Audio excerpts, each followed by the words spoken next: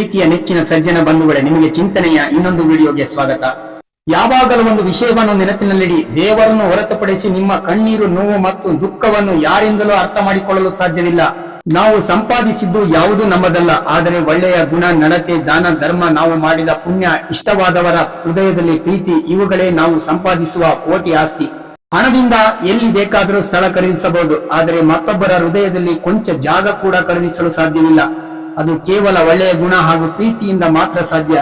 ಶಾಶ್ವತವಲ್ಲದ ಈ ಬದುಕಿನಲ್ಲಿ ಎಲ್ಲರ ಜೊತೆ ಸಂತೋಷದಿಂದಿರು. ಆಗ ನೋಡು, ನಿನ್ನ ಜೀವನದಲ್ಲಿ ನೀನು ಯಶಸ್ಸಿನ ಉತ್ತುಂಗದಲ್ಲಿ ಇರುವುದನ್ನು ಯಾರ ಕೈಯಿಂದಲೂ ತಡೆಯೋಕೆ ಸಾಧ್ಯವಿಲ್ಲ. ಎಲ್ಲಿ ದಯೆಯೋ ಅಲ್ಲಿ ಧರ್ಮ, ಎಲ್ಲಿ ಲೋಭವೋ ಅಲ್ಲಿ ಪಾಪ, ಎಲ್ಲಿ ಕ್ರೋಧವೋ ಅಲ್ಲಿ ವಿನಾಶ, ಎಲ್ಲಿ ತಾಳ್ಮೆ ಮತ್ತು ಕ್ಷಮೆಯೋ ಅಲ್ಲಿ ಭಗವಂತನ ವಾಸ. ಜೀವನದಲ್ಲಿ ನೀನು ಯಾವಾಗಲೂ ಮಾಡಿದ ಒಂದು ಉಪಕಾರ ಎಂದಿಗೂ ವ್ಯರ್ಥವಾಗುವುದಿಲ್ಲ. ಒಂದಲ್ಲ ಒಂದು ರೀತಿಯಲ್ಲಿ, ಯಾವುದೋ ಒಂದು ರೂಪದಲ್ಲಿ ನಿನ್ನ ಒಳಗೆ ಅದು ಬಂದೇ ಬರುತ್ತದೆ. ಮನುಷ್ಯ ತನಗೆ ಕೊಂಚ ಯಶಸ್ಸು ಸಿಕ್ಕರೆ ಸಾಕು, ಅಹಂಕಾರ ರೇಖೆಯನ್ನು ದಾಟುತ್ತಾನೆ. ಏಕೆಂದರೆ ಜೀವನದಲ್ಲಿ ಯಾವುದೂ ಶಾಶ್ವತವಲ್ಲ ಎನ್ನುವುದನ್ನು ಅವನು ಮರೆತಿರುತ್ತಾನೆ. ಶಾಶ್ವತವೇ ಅಲ್ಲದ ಈ ಬದುಕಿನಲ್ಲಿ ಎಲ್ಲವೂ ನನ್ನದೇ, ನಾನೇ ಮಾಡಿದ್ದು, ಇವೆಲ್ಲ ನನಗೆ ಸೇರಬೇಕಾದದ್ದು ಅಂತ ಯಾಕೆ ಅಹಂಕಾರ ಪಡುತ್ತೀಯ?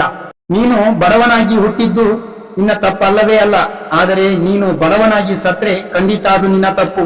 ಎಲ್ಲ ಹೇಳ್ತಾರೆ, ಮನುಷ್ಯ ಖಾಲಿ ಕೈಯಲ್ಲಿ ಬರ್ತಾನೆ, ಖಾಲಿ ಕೈಯಲ್ಲಿ ಹೋಗ್ತಾನೆ. ಆದ್ರೆ ಮನುಷ್ಯ ಬರುವಾಗ ಭಾಗ್ಯದ ಜೊತೆ ಬರ್ತಾನೆ, ಆದ್ರೆ ಹೋಗುವಾಗ ಕರ್ಮದ ಫಲ ಕೊಂಡು ಹೋಗ್ತಾನೆ ಅಂತ.